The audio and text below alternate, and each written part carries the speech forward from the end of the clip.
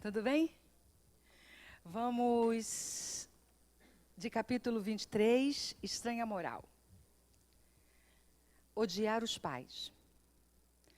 Aquele que ama a seu pai ou a sua mãe mais do que a mim, de mim não é digno. Aquele que ama seu filho ou a sua filha mais do que a mim, de mim não é digno. Certas palavras, aliás muito raras, atribuídas ao Cristo, fazem tão singular contraste com seu modo habitual de falar, que instintivamente se lhes repele o sentido literal, sem que a sublimidade da sua doutrina sofra qualquer dano. Escritas depois de sua morte, pois que nenhum dos evangelhos foi redigido enquanto ele vivia, lícito é acreditar-se que em casos como este, o fundo do seu pensamento não foi bem expresso, ou, o que não é menos provável, o sentido primitivo, passando de uma língua para outra, há de ter experimentado alguma alteração. Basta que um erro se haja cometido uma vez para que os copiadores o tenham repetido, como se dá frequentemente com relação aos fatos históricos. O termo odiar, nesta frase de São Lucas, se alguém vem a mim e não odeia a seu pai e a sua mãe, está compreendido nessa hipótese. A ninguém acudirá atribuí-la a Jesus. Será então supérfluo discuti-la e ainda menos tentar justificá-la. Importaria primeiro saber se ele a pronunciou, e em caso afirmativo, se na língua em que se exprimia, a palavra em questão tinha o mesmo valor que na nossa. Nesta passagem de São João, aquele que odeia sua vida neste mundo a conserva para a vida eterna, é indubitável que ela não exprime a ideia que lhe atribuímos. A língua hebraica não era rica e continha muitas palavras com várias significações. Tal, por exemplo, a que no Gênesis designa as fases da criação. Servia simultaneamente para exprimir um período qualquer de tempo e a revolução diurna. Daí, mais tarde, a sua tradução pelo termo dia e a crença de que o mundo foi obra de 6 vezes 24 horas. Tal também a palavra com que se designava um camelo e um cabo, uma vez que os cabos eram feitos de pelos de camelo. Daí haverem-na traduzido pelo termo camelo na alegoria do buraco de uma agulha. Cumpre ao demais se atenda aos costumes e ao caráter dos povos, pelo muito que influem sobre o gênio particular de seus idiomas. Sem esse conhecimento, escapa a miúde o sentido verdadeiro de certas palavras.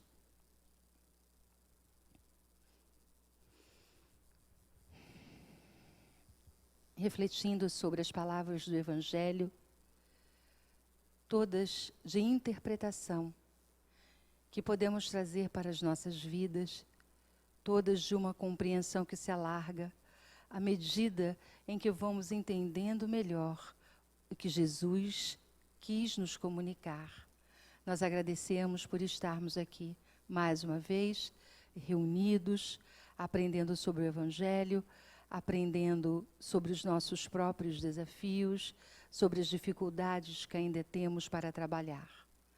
Agradecemos a Deus Pai, Jesus, nosso mestre de todas as horas, Joana, nossa protetora e inspiradora, para que possamos, todos juntos, numa só reflexão, numa só vibração, buscarmos todas as inspirações que Joana traz para nós e possamos aprender um pouquinho mais sobre todos esses ensinamentos. Graças a Deus.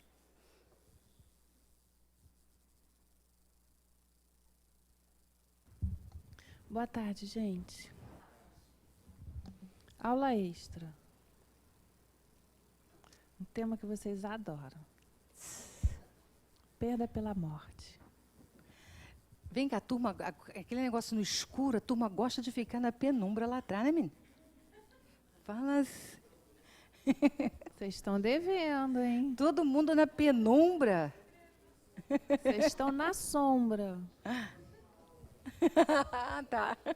Pode participar dessa, a gente vai gostar. É. Olha, ontem eu dei aula para 3 turmas, todas numa sala só, porque faltaram os outros professores, e a gente juntou 3 turmas numa sala só, foi mó barato.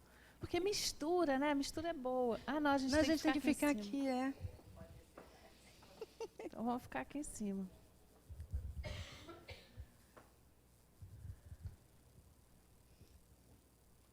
Perda pela morte, gente. Adoro esse bonequinho. Ele tem uma cara assim, tão assim. Não pode apagar, Jana? Aqui em cima a gente não pode apagar? Fica muito escuro? Não, tá bom? Então. Sabe por que eu gosto desse bonequinho? Ele tá light. Se vocês forem ver os outros bonequinhos desse, é o próprio Carrasco, né? Eu sou a morte, vim buscar vocês. Esse parece o Gasparzinho meio cadavérico. Então, mas não é isso. A morte não é o nosso carrasco? Não é o carrasco daqueles que a gente ama? Não vem buscar numa hora que não era para estar vindo, que a gente não quer? Vocês podem até falar que não, mas na hora é assim que pensa. Né? Mas eu vou mostrar para vocês, até o final da aula, eu e Jane, que a morte é a coisa mais linda que a gente tem. Duvidam? Tá bom, então vamos lá, desafio. Desafio de início de aula. É legal. É que a gente culturalmente aprendeu tudo meio tortinho. 2 livros a gente usou, a gente podia ter usado mais, porque ela fala mais ainda, mas a gente pegou Conflitos Existenciais, capítulo Morte, e o Autodescobrimento, Perda pela Morte, dentro de Conteúdos Perturbadores. Quer que eu leia, Eder? Aham. Profunda e dilaceradora é a aflição que decorre da perda de pessoas queridas, mediante o fenômeno biológico da morte. Essa dor, no entanto, é decorrente, entre outros fatores, de atavismos psicológicos, filosóficos e religiosos que não educaram o indivíduo a considerar natural, como o é, a ocorrência que faz parte do processo orgânico pelo qual a vida se expressa. Essa dor, no entanto, é decorrente de outros fatores, não no da morte. Então a gente vai ver que a dor que a gente sente pela morte não é exatamente pela morte, mas por equívocos que a gente vem ainda por causa dos atavismos e condicionados a um pensamento que não tem nada a ver com o nosso pensamento de hoje. Porque se estamos todos aqui dentro de um centro espírita, a gente pelo menos, se não já acredita, a gente está começando a acreditar em vida após a morte. Vida após a morte, vida após a morte, então não é morte. Combinado? Por isso que a gente fala desencarne. Né? Então, esses fatores, né? Vamos começar pelo céu e inferno, Jane? Vamos, melhor, né? Eu acho. Céu e inferno. A gente já não falou daquela linha do inferno? Como é que nasceu o inferno? A ideia do inferno? Já ainda não falamos aqui, não. Posso? Não, não vou levantar. Não vai poder. Vou desenhar no espaço, tá? Me sigam. Siga no espaço. Antigamente, Vocês já foram treinados para isso. Imagina uma linha reta, que é assim que eles viam antigamente o nosso planeta, né? De uma ponta à outra. Tanto que as embarcações, os desenhos daquelas embarcações, no final, quando acabasse o mundo, fim do mundo, caíam num abismo, porque acabava o mundo, né? Quem estudou história, né, geografia antiga, sabe disso. Que tem aquela linha. Tem até desenhos animados que ainda reproduzem dessa forma. Né? E aí, como é que enxergava o céu? Enxergava o céu até o fim do mundo, né? Aí tem aquele desenho assim, né? Quem ia para o céu eram os bem-aventurados. Aqueles que conseguiram fazer da sua vida uma coisa melhor e mereciam o céu. Quem não, passava para a parte inferior da terra, daí inferno. Então, dali já nasceu alguma questão muito forte que até hoje permanece em nós. Eu tenho uma vida para fazer o que eu tenho que fazer. Senão, ou eu vou ser bem-aventurado, ou eu vou para o inferno. Isso para todo sempre, porque a vida é uma só. Nossa mente é acostumada a pensar, eu tenho um início e eu tenho um fim. Né? Eu nasço no dia tal, eu tenho uma data de nascimento e uma data de morte, de desencarne. Não é assim? E olha só, Né? pessoal, esse modelo mental, ele pode ser tão forte, porque, primeiro, nós começamos a nossa existência no planeta sem nos darmos conta nem disso. A gente entrava e saía da vida no planeta, nem se dava conta disso.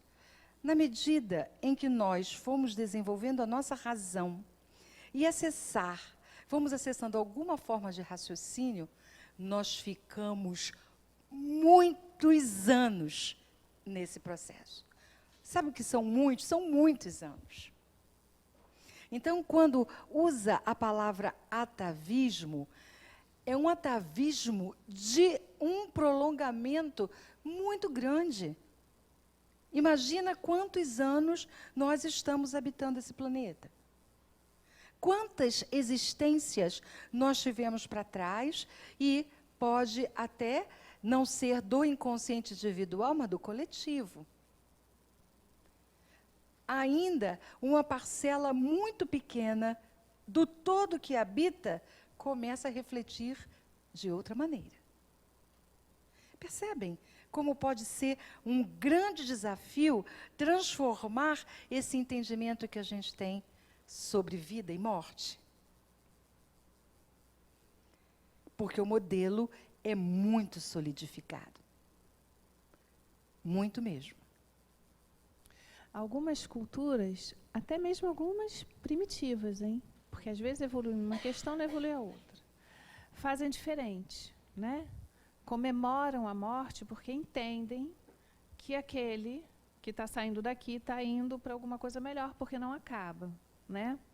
A gente não. A gente cultua essa morte de uma forma muito esquisita, muito sinistra, né? A gente trabalha ela aqui no Brasil um pouco menos pesada, eu até acho, sabe? Mas, assim, em alguns países você tem um processo de morte, assim, aquela coisa toda do velório, de todo mundo ali muito tempo, se faz álbum, né? Uma vez eu cheguei na Itália e a primeira coisa que eles vieram me mostrar era o álbum do enterro do fulano. E eu olhava aquilo e assim, o caixão, todo mundo assim. E eu falei, e guardado, ninguém veio me mostrar um álbum de quando eu era criança. Primeiro veio esse. E lá toda semana você tem que ir no cemitério, botar flor, cuidar das velhinhas. Tanto que você passa pelos cemitérios e aquelas luzes, né? Ficam acesas, porque...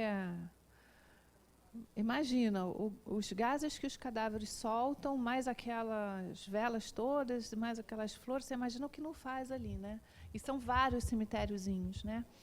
Então, a gente começa a entender que aquilo ali, aquela coisa partiu, acabou, não tem mais. Não é bem assim, só que essa ideia ainda permanece lá dentro de nós. E a gente vai começar a perceber que não é nem perto disso. O Espiritismo ele traz para a gente a própria consolação. Ele é o consolador, principalmente nisso. Em outras culturas, você começa a perceber a morte, por exemplo, eu botei ali, não está dando para ver? Uma múmia ali, Uma né? múmia, né? Então, você vai lá para as pirâmides, né? Então, enterra com isso, enterra com aquilo, porque vai levar a comida, vai levar as joias, vai levar... Era uma ideia ainda um pouco errônea, né? Tinha uma ideia de que continuava, mas ainda não distinguiam bem a matéria do espírito. Então, a gente hoje já tem a consciência. Por que essa consciência também não fala ao nosso coração ainda? Por que fica só na mente? A dor da separação. E a gente se separa? ela é física, ela é somente física. Ela é somente física. Porque se vocês perceberem, se eu chegar para vocês, eu vou dar o mesmo exemplo de ontem. Se eu chegar para você e dizer assim, se chegar agora um irmãozinho daquele bem com a vibração lá embaixo, o que você vai sentir? Você vai sentir calafrio, você vai sentir tremedeira, você vai sentir dor na nuca, você vai se sentir mal, você vai perceber que tem uma presença ali, aquilo vai mexer com toda a tua parte física. Se alguém chegar perto de mim e não está bem, eu vou até fazer assim, tem alguma coisa que não está, mas eu não vou ter nenhum desses sintomas. Eu simplesmente, vou ter aquela repulsão natural, espíritos antipáticos e simpáticos. Se tiver um espírito de luz aqui, quantos de nós já não caem em choro compulsivo, se sentem abraçados, envolvidos, aquela emoção toma conta da gente? E por mais que seja um espírito evoluído, vou botar Divaldo, vem aqui perto da gente, a gente fica feliz, abraça e tudo, mas a gente não sente tanto quanto sente quando o espírito desse chega perto da gente. Por que que a gente não desenvolve esse sentido, pois a gente está aqui, esse sentido maior dessa comunicação, desse amor que não parou por aqueles que se foram? Não é ficar conversando, mas sentir a presença e acreditar nela. Quantos de nós falamos, hoje eu senti minha mãe perto de mim, eu senti o meu pai, eu sonhei, era real.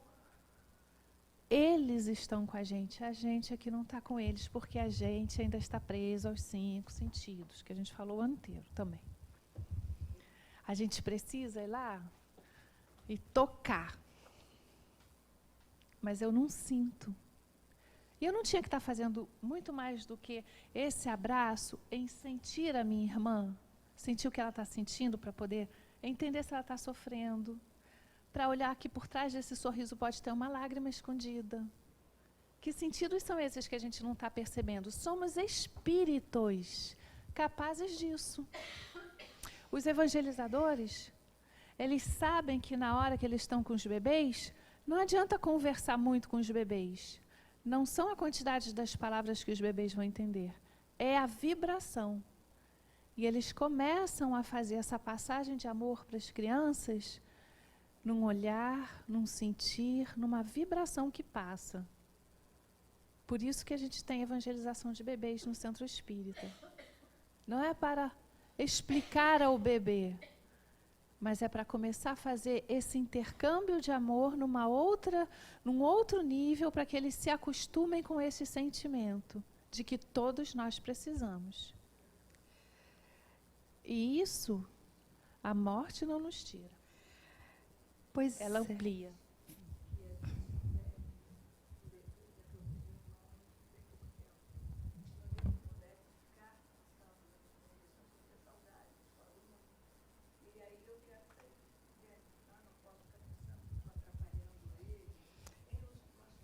Esse momento de luto, não.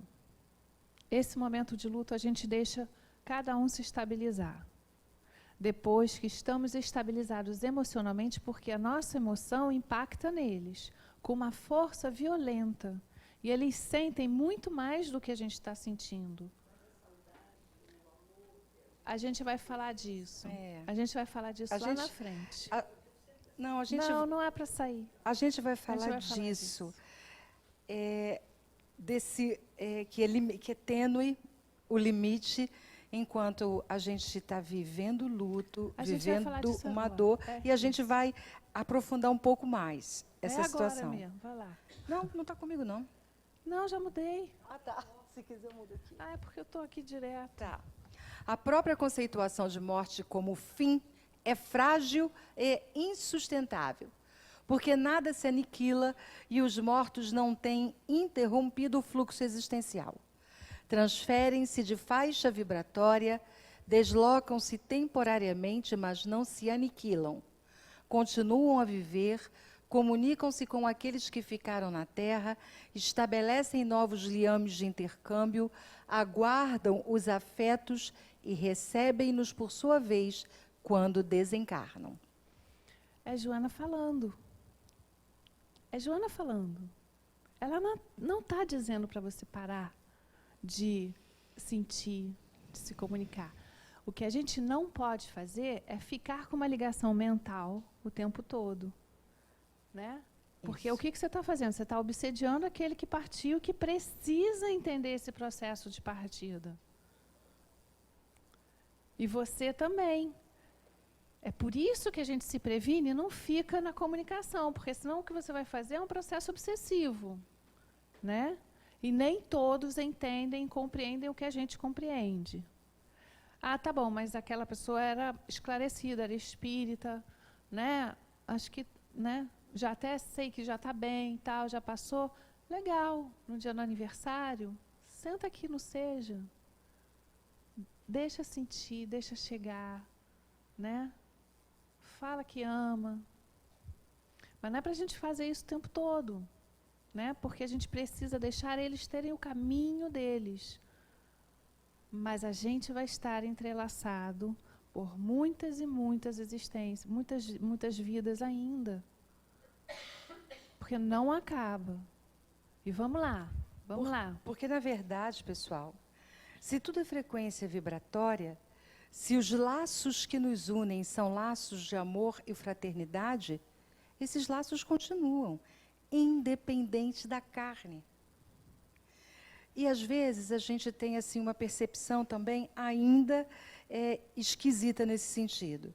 A gente diz que sente a dor da separação, a dor da perda. Às vezes as pessoas estão por perto e a gente nem dá conta. Não mesmo. Que elas estão perto. Aí a gente não diz que sente a dor. Ai, que dor, estou separada. Ou não, às vezes está na mesma casa, separado. Porque só o corpo está ali. Não há qualquer vibração que una esses espíritos. Nós estamos falando disso também o ano inteiro, das vibrações, a força do pensamento, do que é que efetivamente nos liga uns aos outros. Então, a gente dar conta desse momento de luto, que é de dor, que é de saudade, sim, por que não, de sentir falta das pessoas, a gente também precisa, em algum momento, dar conta de uma outra situação.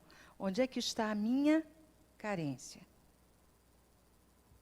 Ou será que eu estou aproveitando este momento para colocar todas as minhas dores ali? E aí eu choro à vontade, por todas as dores.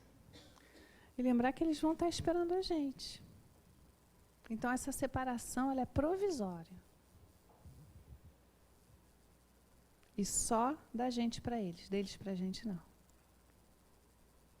Porque hoje eles sabem mais da gente do que quando estavam aqui. Eles sabem o que a gente fala, eles sabem o que a gente pensa. Às vezes. Para alguns, sim. Depende da evolução espiritual. Porque se o espírito ainda precisa se trabalhar, está na colônia, né? Revendo, né? E às vezes ele também quer estar em outros lugares trabalhando, ele não tem tempo para ficar aqui. Mas alguns têm evolução para ir, para vir, para, né? Fazer as escolhas. E eles vêm sempre. Alguns vêm, ficam aqui na casa, trabalham aqui na casa, porque estão ligados a vocês. Tem um monte de coisas acontecendo aí no outro plano. A gente aqui não vê. Ou vocês acham que vocês estão com todo mundo que nesta vida vocês conheceram e amaram? Hoje, vocês estão aqui, provavelmente com muitos familiares e muitos amores que estão observando vocês, auxiliando os mentores de vocês, amando vocês e vocês não se lembram, por enquanto. Porque somos espíritos de muitas existências, quantas mães já tivemos? Quantos pais? Quantos maridos ou quantas mulheres? Quantos namorados? Filhos? Quantas pessoas já fizeram parte da nossa vida de relacionamento em outras existências? E aí a gente diz, meu marido, sei lá, pode ter sido marido de tantas outras existências, só está aqui harmonizando uma situação que a gente precisa harmonizar, porque ficou lá no passado retida. E aí é muito interessante que eu acho isso, que a gente fica assim, o meu não é dono de nada, não é dono nem do próprio corpo. E aí, quando a gente tem alguém... Não, pessoal, a gente não está negando a dor. A perda de um ente querido é sempre uma dor. Mas na medida em que a gente começa a refletir na continuidade da vida, que, na verdade, a vida verdadeira é do Espírito. E aqueles que estão ligados pelos laços do amor não se separam jamais. E veja, a gente, numas aulas para trás, a gente veio falando de sentimentos que curam, não foi? Aí a gente falou de vaidade, a gente falou de orgulho, não falamos disso? Falamos de posse, falamos de medo. E aí... Quando a gente, de alguma maneira, quer reter um ente querido junto, a gente está negando a possibilidade desse espírito caminhar e achar sua própria história na espiritualidade.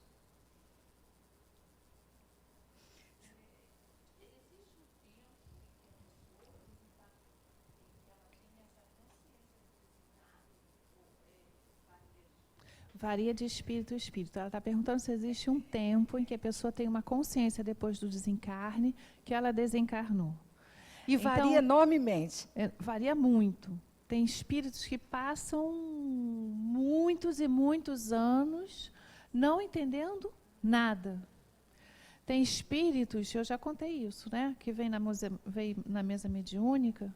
Teve uma vez que veio um espírito na mesa mediúnica, era um suicida. E ele estava desesperado, que ele falava assim, perguntava para todo mundo assim, eu preciso que alguém me diga como se faz para morrer, porque eu já tentei de tudo. E não consigo morrer. Então, tiveram que informar a ele que ele já estava morto. Só que não. Porque não existe, somos espíritos eternos. Então, que morte é essa? Agora, tem espíritos mais evoluídos, com consciência, acredito que vocês terão, porque vocês já estão estudando isso há muito tempo, que na hora do desencarne, quando se vê em um outro local, numa vibração diferente, as questões vão estar diferentes e vocês vão se aperceber disso. Né? Exatamente. Imediato, às vezes, não é, mas também não é duradouro. O momento dessa perturbação pós-morte pode ser muito curto. Existem espíritos bem evoluídos que, no momento do desencarne, eles já sabem, eles Exatamente. já saem do corpo, já está sabendo de tudo. Tudo, quem está recebendo, já tem um desprendimento da carne muito forte. Quanto mais apegados, mais perturbados seremos. Então, esse momento de sonolência, o momento de... Ela se compara muito com aquele período em que você está acordando. Sabe aquele momento que você está meio que sonhando, despertador sonha, toca, mas você mistura um pouco as coisas? Isso. Esse período que se chama de perturbação, que a gente fica assim, não sei o que está acontecendo, eu não estou, não estou, entendeu? Às vezes, muito tempo dormindo para proteção do espírito por causa da dor que os familiares sentem, que o atingem. Naquele livro Fronteiras da Loucura. O Brejo da Vida Eterna também tem coisas muito interessantes, porque ele André Luiz narra 5 situações de desencarne. Em uma delas, o espírito, quando Alda foi uma trabalhadora da época do Bezerra de Menezes, e quando ela desencarna, ela de cara e vê os espíritos que auxiliaram no seu desencarne. Agradece ao corpo que lhe deu vida na existência e vai. Que lindo. Isso é lindo, É gente. lindo. É lindo. lindo. São 5 situações de desencarne que a gente precisa entrar em contato para ver, porque ele narra com muita clareza como é que as coisas acontecem, inclusive como acontece este momento. Os trabalhadores da espiritualidade que são técnicos do desencarne. Como a gente tem técnicos para o reencarne, nós temos técnicos para o desencarne. E a explicação que ele dá é brilhante, porque ele diz: todos são assistidos por técnicos. Agora, outros merecem a afetividade das companhias amigas. Quando a pessoa já está muito idosa, muito velhinha, seja, ela já está com os laços afrouxados, sabe? Ela já está mais leve. E ela já tem a percepção do outro plano. Se vocês prestarem atenção, elas começam a relatar que fulano está aqui, fulano veio. Ela não está louca já, não, gente. Ela está realmente vendo. Porque o laço afrouxou e ela começa a perceber. Fulano veio me buscar, já está na minha hora. Já vai sendo trabalhada. Oi?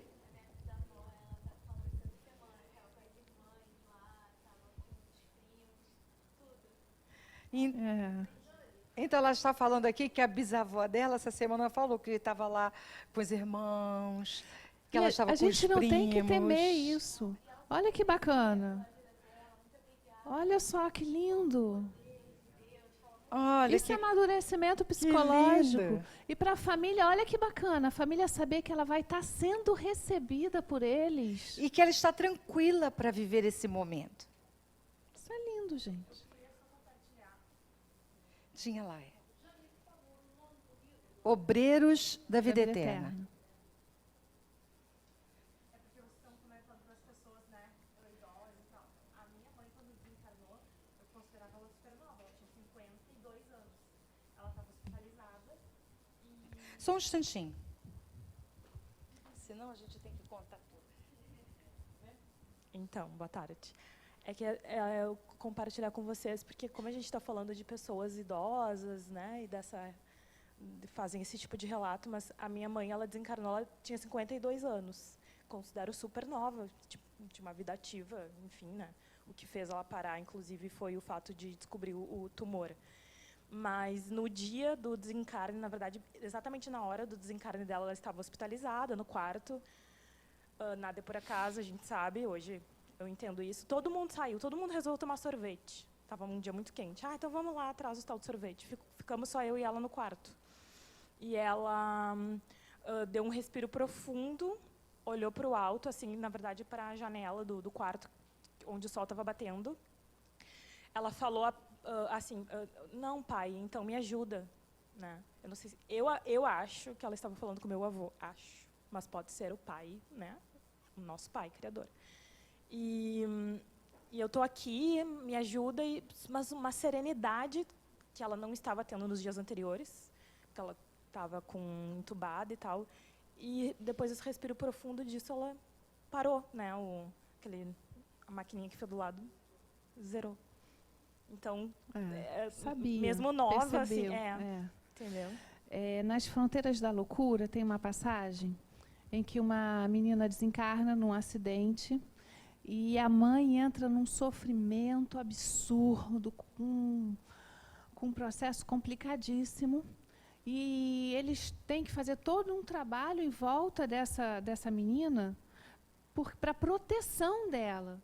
Porque cada vez que ela acordava, ela sentia o que chegava nela. E eles descreveram a energia, era no formato daqueles raiozinhos, sabe? Que vinham e entravam diretamente nela. A dor dela era insuportável. Isso era o sofrimento da mãe. Porque estão ligadas por um laço que a gente não vê, mas que é existente. Então, quando a gente transforma esse sentimento, é a melhor coisa que a gente pode fazer.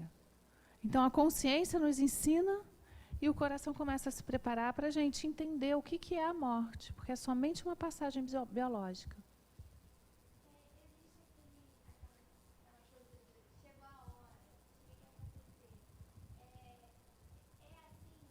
É assim. Se não foi você que provocou o acidente, vamos pensar assim. Vamos reproduzir o que ela está falando. Se Ela está perguntando se existe mesmo aquele momento, chegou a hora, Isso. né? Ou se num acidente aquilo, uma bala perdida, né? Está perdida mesmo, ou se encontrou realmente o lugar dela. Encontrou o lugar dela. A não ser que a gente provoque. Por isso que, por exemplo, vamos lembrar de André Luiz, né? Ele abreviou a vida dele por conta dele mesmo, porque ele provocou no corpo físico, né, uma situação da qual foi considerado até suicídio. Então, vamos supor que você se embriaga, bebe a noite inteira, pega o carro, ignora as leis, ignora o que pode acontecer, a tua inabilidade de dirigir naquele estado e bate com o carro. Quem provocou foi você. Né? Mas, na maioria das vezes, nos casos normais, onde não é a gente que provoca a nossa própria morte, é sempre porque tinha que acontecer.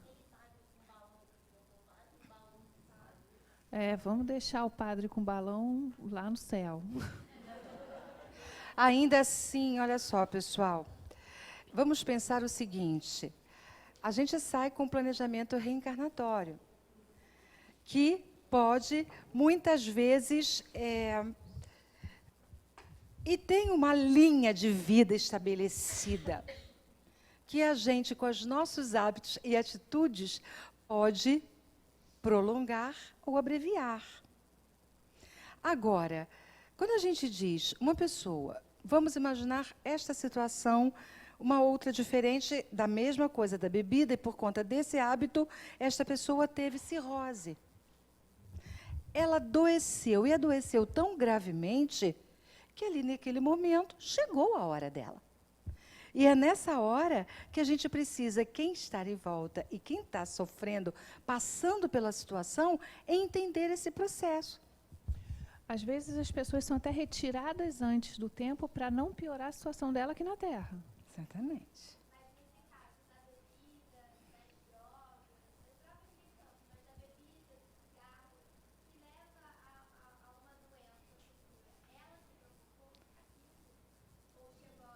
Olha, tudo que a gente faz, Exato. tudo que a gente faz tem um impacto no nosso corpo perispiritual, que depois traz um impacto para o nosso corpo. A gente atrai as situações, né? São os sofrimentos que a gente busca para a gente mesmo. Então, a gente vai provocando, sim, determinadas situações. A gente já tem consciência disso.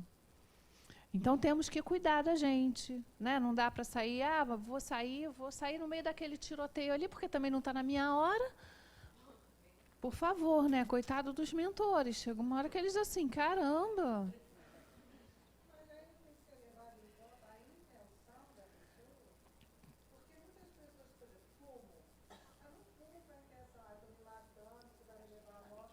Olha só.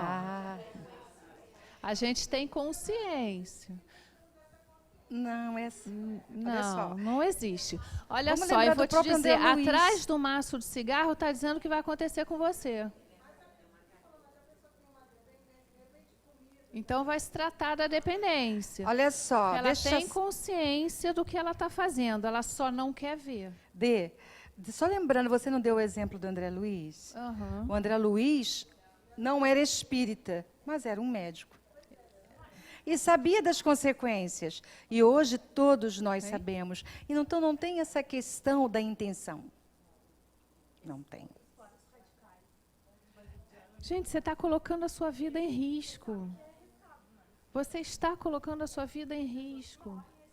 Então você tem uma vida e você não está dando o valor que ela merece. Olha só, pessoal. Há pouco tempo atrás, nós falamos uma aula inteira de medo.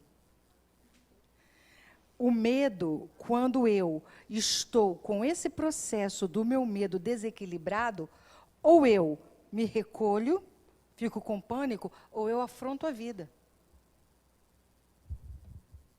Então, é o meu medo que está num processo, é uma emoção em processo de desequilíbrio que me faz pensar, eu posso tudo e nada vai me acontecer. Só um minutinho. Tinha aqui um amigo que estava querendo falar também, que era... Por favor, deixa eu levar o microfone. Só não posso ficar aqui, né, Jana? Enquanto ela vai, gente, só para lembrar que a gente tem que ter consciência da vida que a gente recebeu. E a gente tem que saber que aquilo que já nos foi informado, a gente não pode fingir que não sabe. Se eu tomo drogas, em algum momento aquelas drogas vão fazer mal ao meu organismo, sim. E vão provocar alguma coisa da qual foge do que eu chamo saúde. Então, eu tenho que procurar me tratar se eu quiser estar saudável. Mas eu estou querendo buscar o quê? Alguma coisa que danifique o quê? O meu corpo. Eu já sei que o cigarro provoca câncer no pulmão, entre outras coisas. Eu já sei que o álcool provoca cirrose, além de muitas outras coisas. A gente já sabe disso. Então, eu estou, sim, consciente do que eu estou fazendo. Não adianta tapar o sol com a peneira. Eu estou abreviando a minha vida. Se eu pulo de paraquedas todo final de semana, eu estou colocando a minha vida em risco. Para quê? Para sentir o quê? O prazer que a carne me traz. Se eu faço sexo com várias pessoas sem usar camisinha, talvez eu tenha mais prazer, mas eu coloco o quê? A minha vida em risco. Vou contrair, de repente, uma AIDS sem a necessidade, mas porque eu fui em busca disso. Eu não procurei propositalmente porque eu quero pegar AIDS, mas eu sabia que o risco era esse. E eu passei por cima dele. Mas em termos do mundo, do nosso planeta inteiro, existem povos muito atrasados que Existem sim. E isso tudo é levado em consideração pelo nível de instrução. Quanto maior consciência, mais responsável nós somos. Nós aqui estamos nos tornando mais responsáveis porque estamos mais conscientes e mais nos será cobrado. Mas nos foi dado, nos foi oferecido. E uma vez que isso foi feito, não adianta fugir. É para que a gente evolua, não que a gente permaneça na ignorância. Né? Pode falar, Antônio. É uma das experiências que eu passei.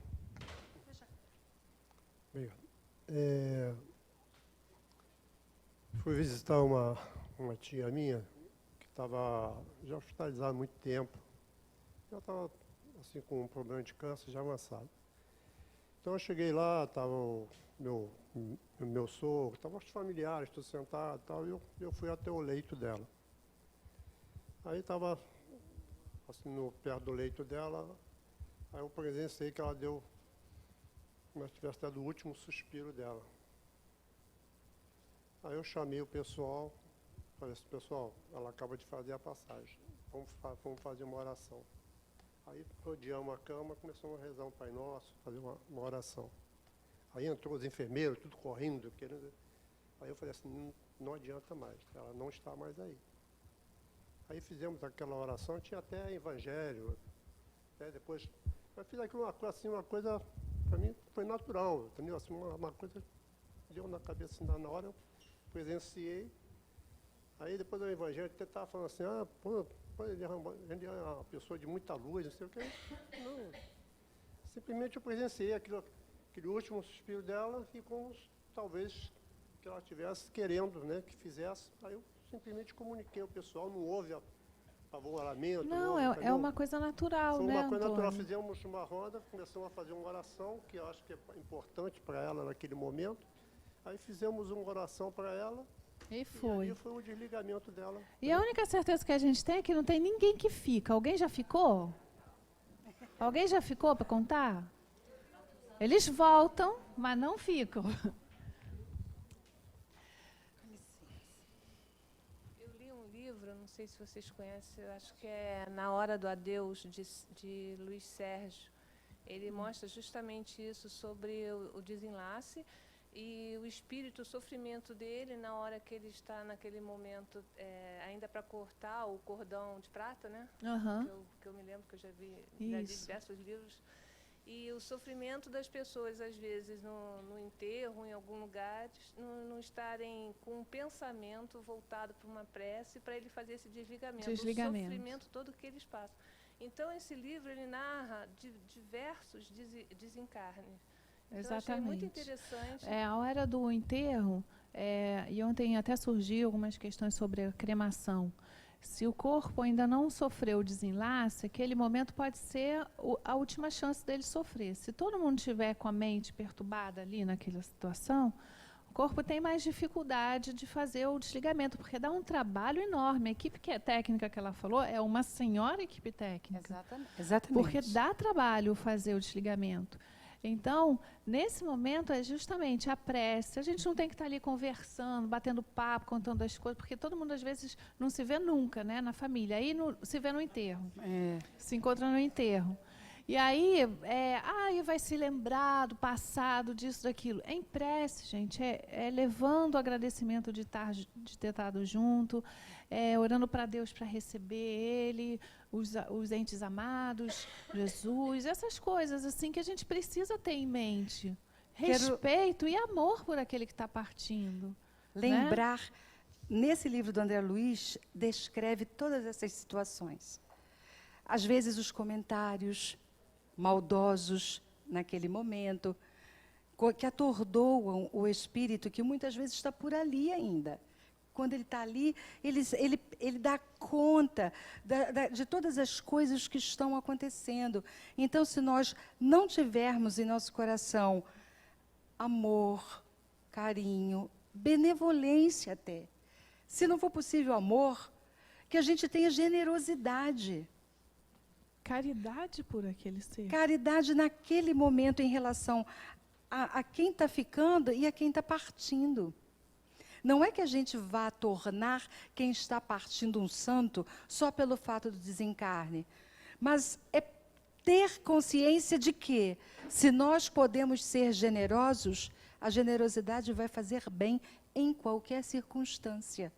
Ainda mais nessa, que o espírito, naquele momento, está muito vulnerável e muito fragilizado. E vai sentir muito de perto qualquer manifestação dos encarnados. Qualquer. Então, nesse livro, André Luiz descreve com detalhes esse tipo de situação, e aí a gente se dá conta de como a gente se comporta mal nessas situações, nessas circunstâncias. Nos comporta por ignorância, mas nos comportamos muito mal. Gente, a gente está no terceiro slide. É o terceiro slide. Eu não vou conseguir fazer o que eu tenho que fazer. Fá.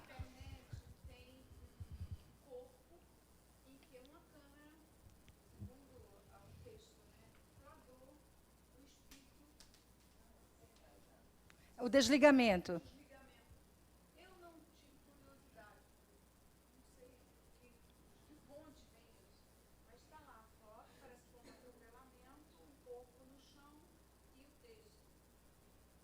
Uhum. Pode ser. De quê? Tá, a pergunta dela é no caso de uma morte cerebral, né? A doação dos órgãos. Tá. Eu vou falar, não vou me estender muito, porque a gente tem 10 minutos e a gente tem ainda aula e eu tenho que chegar naquele desafio. Senão vai ficar só nisso. O que acontece, gente? Às vezes, eu vou contar duas histórias que aconteceram no tratamento de cura, tá? Que não foi dentro da casa, foi fora da casa, porque a gente dava passe à distância. Um deles foi muito rápido. A família muito conscientizada, muito coerente, psicologicamente amadurecida, permitindo que ele fosse, porque entendia o sofrimento daquele corpo. Já aconteceu a morte cerebral, ainda estava preso às máquinas, e em casa, com home care e tal. E aí a família já estava preparando, conversando. Durou muito pouco e esse espírito partiu. Você estava junto, Ricardo? Não. Um outro já tinha 5 anos. 5 anos dando passe de cura e a família não permitia que partisse. A família olhava, não vai, a gente ama você, e isso, e fica, e cuidado, aquele cuidado, quer dizer. Então, a gente tem que perceber o que nos move a fazer isso. Porque pode ser que aquele ser esteja ainda preso, mas não é mais pela matéria, mas pela família, porque ainda acha que tem um processo ali que não dá para partir ainda. A família não amadureceu e não se preparou para aquele momento, que é um momento natural.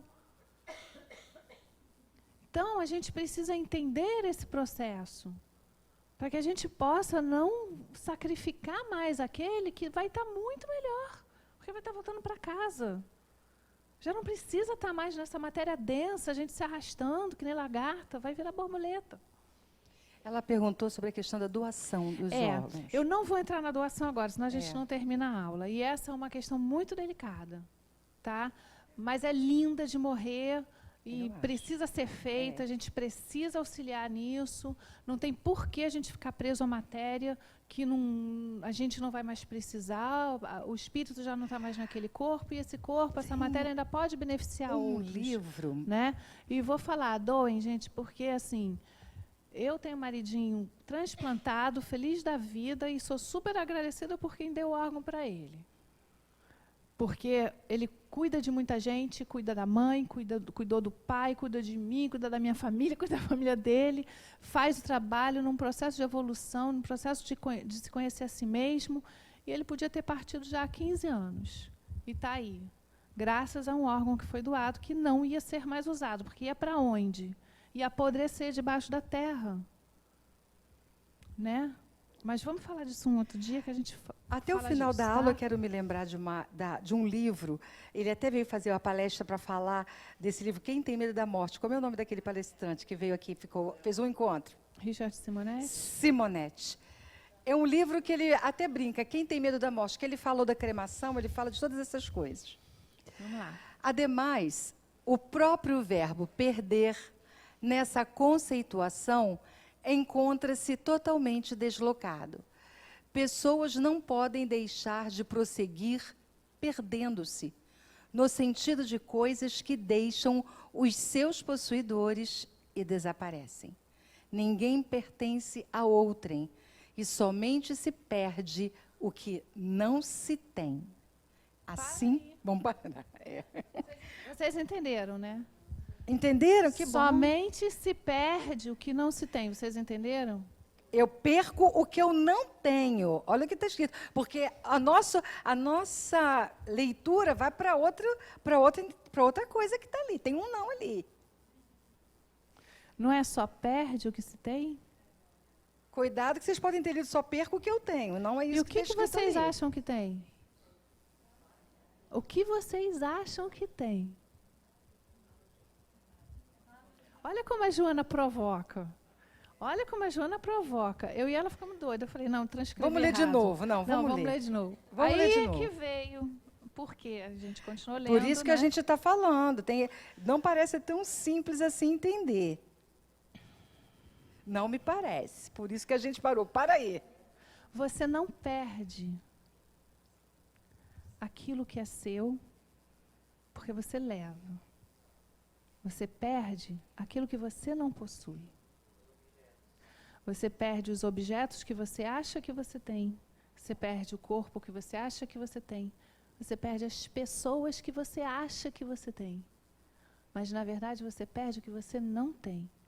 Aquilo que é seu, é isso. Que é a sua essência divina, que é a sua verdade, essa você não perde.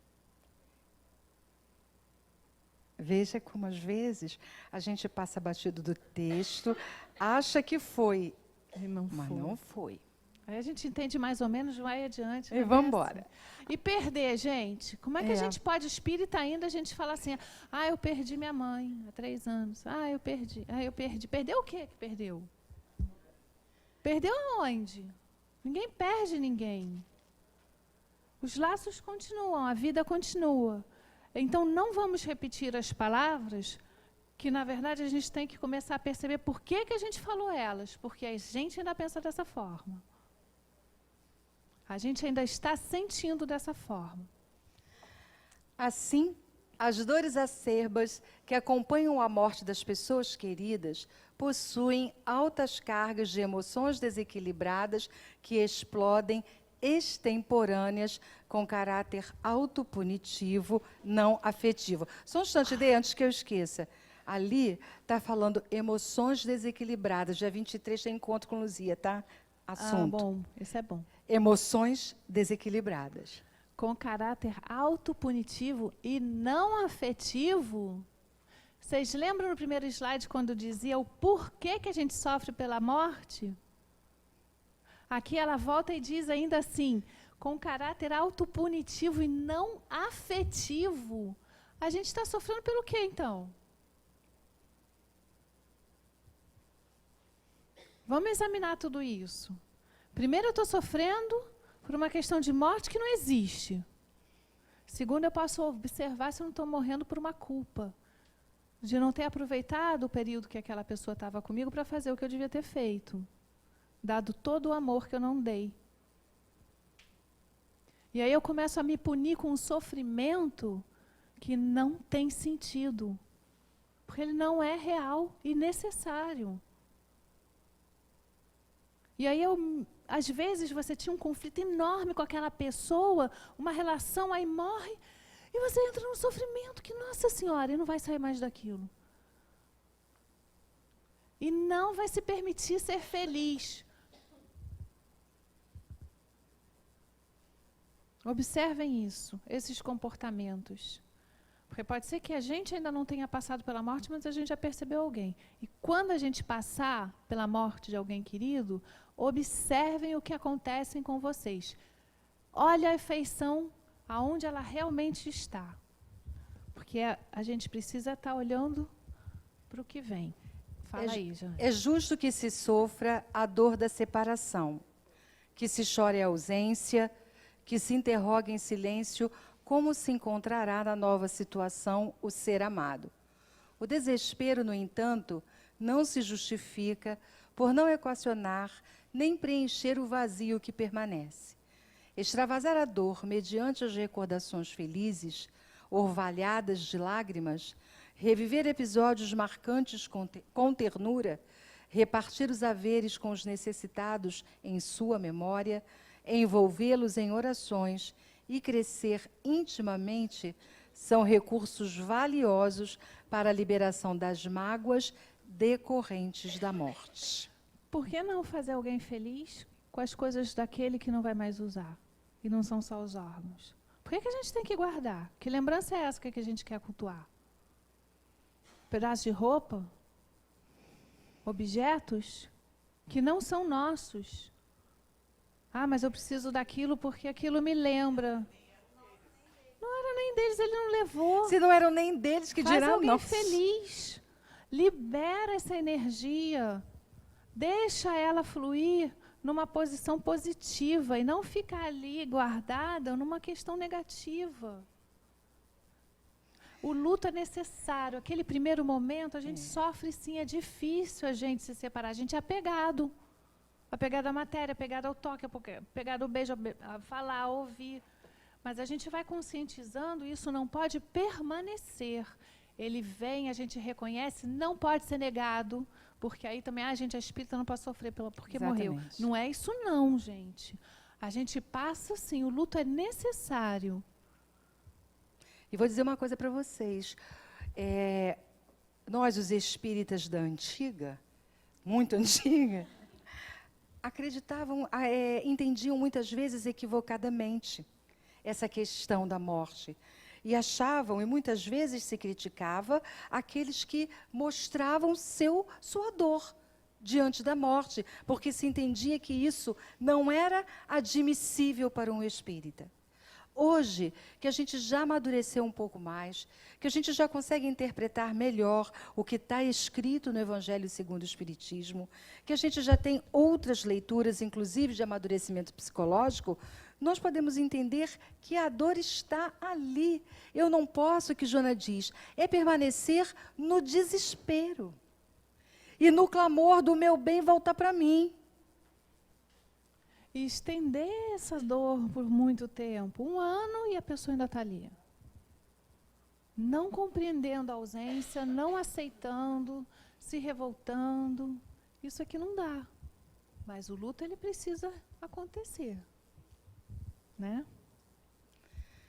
Pela própria lei das probabilidades, chega a vez de todos, um a um ou coletivamente.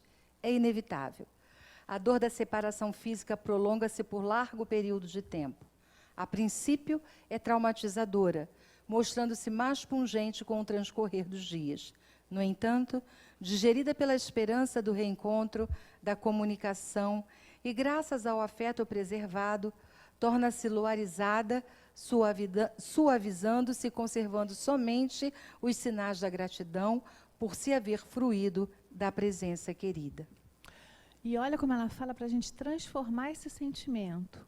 Passa pelo luto, sofre a dor da perda e transforma em agradecimento por ter estado junto, vivido junto, por ter compartilhado momentos, alegrias, tristezas, né? Puxa, a gente perde um pai e diz o que para o pai? Pô, por que me deixou aqui? Agora eu vou ter que viver sozinha, desprovida disso, daquilo e do afeto. E a gente, às vezes, até se revolta. O coitado teve que ir embora e a gente não deixa. Em vez de dizer, puxa, que bom, que prazer que foi ser tua filha.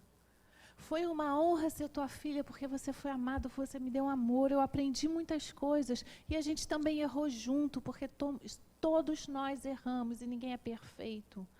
E graças a Deus a gente pode perceber isso. E graças a Deus a gente ainda vai estar podendo estar junto. E que bom que eu pude estar com você, mesmo que tenha sido por aquele período. A gente vai transformando. E aí a saudade, ela se torna positiva, porque se torna um agradecimento.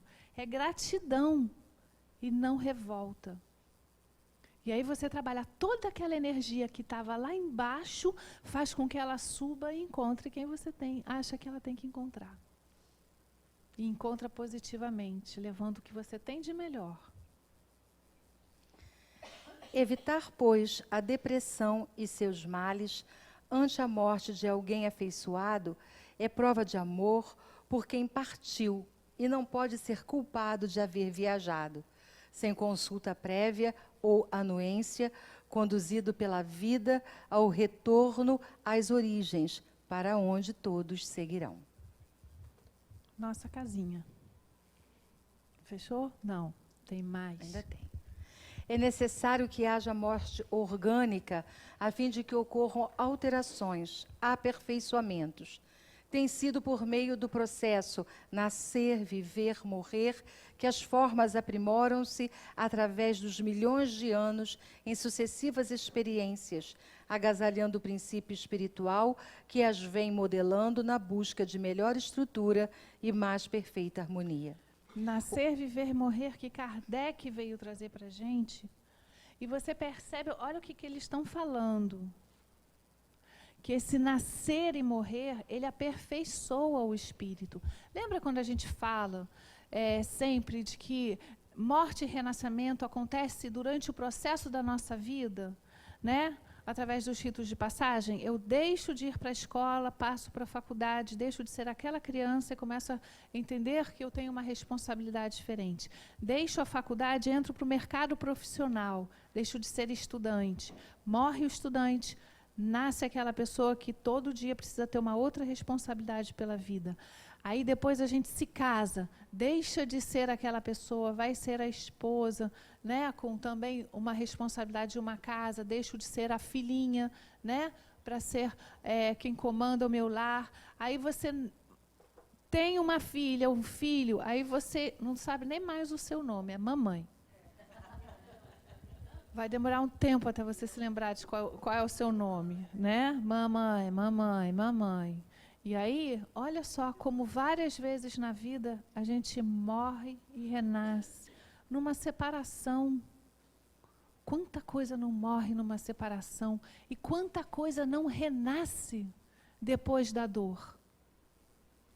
Onde a gente se reencontra, começa a viver coisas que talvez a gente não tenha vivido.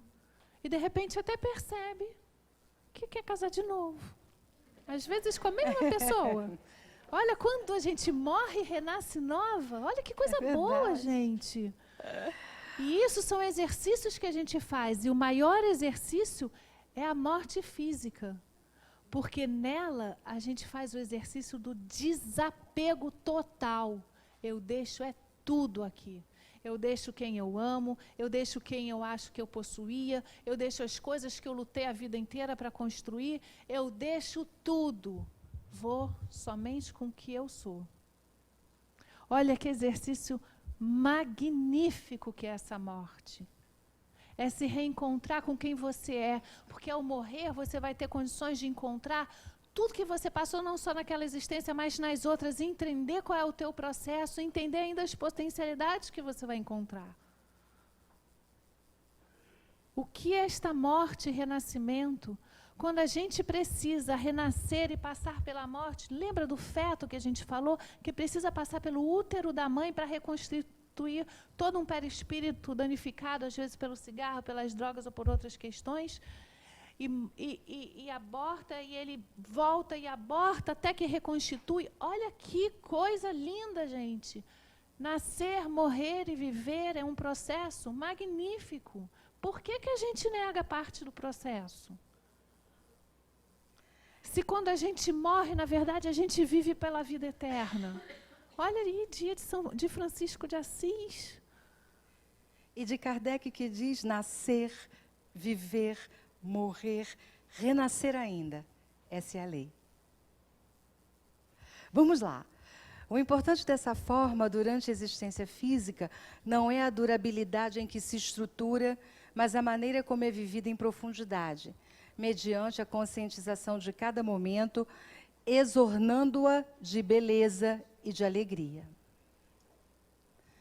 Quando o príncipe Siddhartha Gautama realizou a sua viagem pelo interior do seu país, a fim de conhecer a vida, a defrontar a velhice, a enfermidade e a morte, compreendeu de imediato a vacuidade das ilusões e buscou interpretar o sentido existencial, o objetivo psicológico da caminhada humana. Reflexionando, mergulhando no profundo abismo de si mesmo, constatou que tudo são sofrimentos necessários ao aprimoramento do ser real, o espírito imortal. E ele nem precisa morrer. Encerra. O amadurecimento psicológico do indivíduo trabalha-o para considerar que, por mais longa se lhe apresente a existência, chegará sempre o momento em que será interrompida. E, dessa forma, equipa-se de sentimentos de renúncia e de abnegação, tornando-se grato pelas experiências adquiridas, assim como anelando pela conquista de outras realizações enobrecedoras. Quem quer o corpício velho? Quem quer o novo, levanta a mão. Não, alguns não entenderam a pergunta. Quem vai querer ficar para sempre com seu corpício velho? Quem quer o novo, levanta a mão. Gente, vamos falar sério. A morte não é linda? A vida não é linda?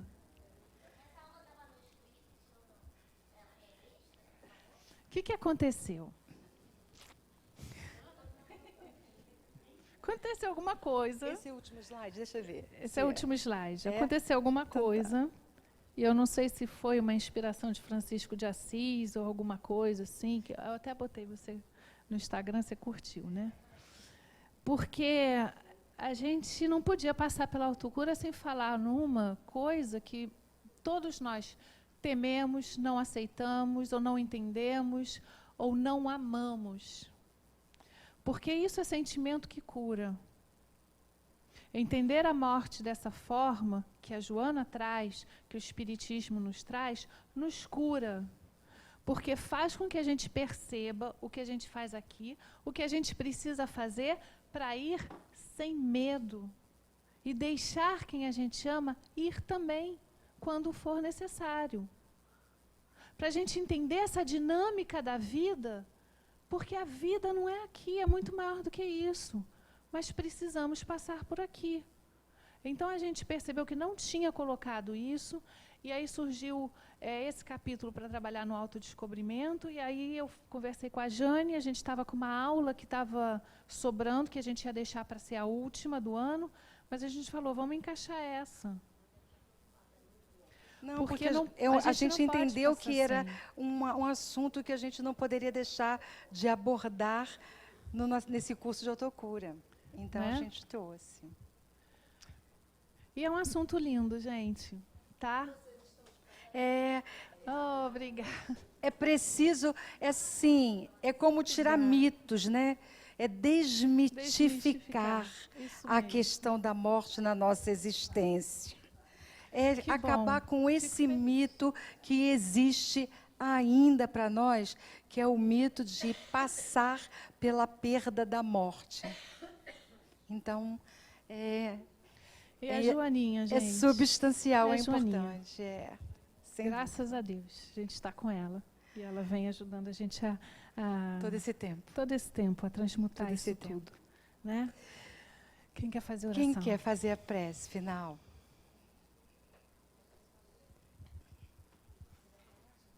Levo.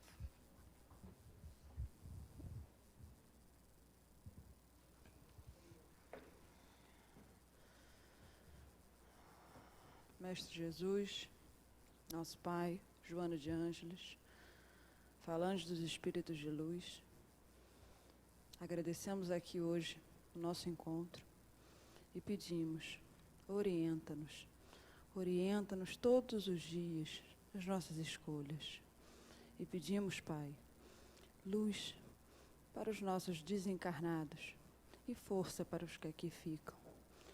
Que essa desmistificação da passagem nos acompanhe aos que estão ao nosso redor, aqueles que precisam desse suporte, desse amparo. Que durante a semana possamos aplicar os nossos aprendizados aqui na nossa casa. Graças a Deus, assim seja. Obrigada, gente. Boa semana, viu? Pessoal, boa semana. Até quinta.